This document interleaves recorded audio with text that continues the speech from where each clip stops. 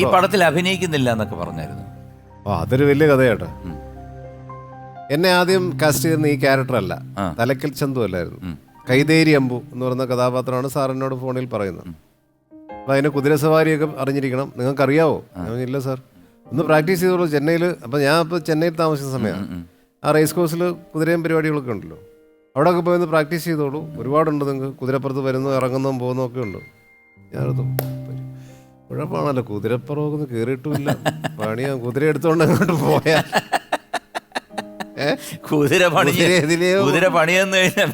പണിയെന്നാ ഭയങ്കര കുഴപ്പമാണ്.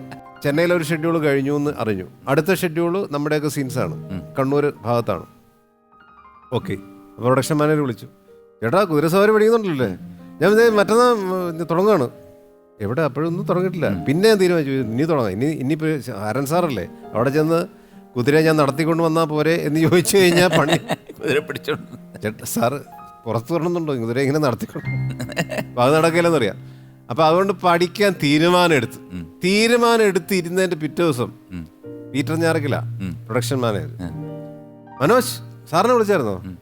ഞാൻ ഇല്ല, എന്താ എന്തെങ്കിലും പ്രത്യേകിച്ച് ഉണ്ടോ? ഒന്ന് വിളിക്കണം, നിങ്ങളുടെ ക്യാരക്ടർ ഒന്ന് മാറിയിട്ടുണ്ട്. കുതിരപ്പുറം ടീം കുതിര ഇതിലോ പോയി എൻ്റെ മനസ്സിൽ നിന്ന്. ഞാൻ ചെയ്ത് അത് സാറ് തന്നെ പറയും, നിങ്ങൾ വിളിക്കും. സാറിനെ വിളിച്ചു, നിങ്ങൾ ഈ കൈതേരിയമ്പോ അല്ല കേട്ടോ, അത് നിങ്ങൾ കുറച്ചുകൂടി ബെറ്റർ എനിക്ക് തോന്നുന്നു, നിങ്ങൾ തലക്കൽ ചന്തു ചെയ്യുന്നതായിരിക്കും നല്ലത്. അപ്പോൾ ഞാൻ തലക്കൽ ചന്തു എന്താണ് സാർ?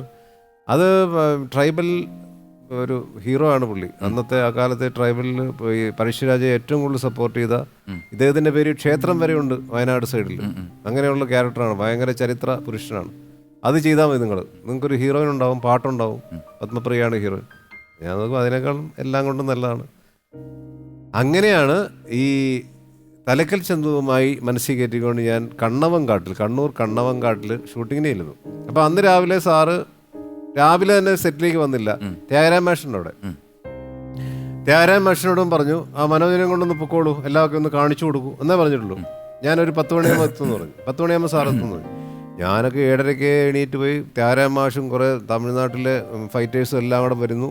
ആ കണ്ണവങ്കാട്ടിലിട്ട് സാറ് വരുന്നതിന് മുമ്പ് എന്നെ കൊണ്ട് ഓട്ടം ചാട്ടം മറ്റത് മരത്തെ 100 ആദിവാസിയില്ലേ, ട്രൈബലല്ലേ, വളരെ ഫ്രീ ആയിട്ട് ചെയ്യണമല്ലോ.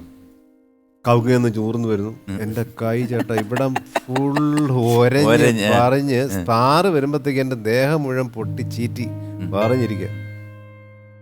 എനിക്ക് മനസ്സിലായി ഒരു ഷോട്ട് പോലും എടുത്തിട്ടില്ല, ഇതെന്നെ കൊണ്ട് പറ്റുന്ന റോഡല്ല.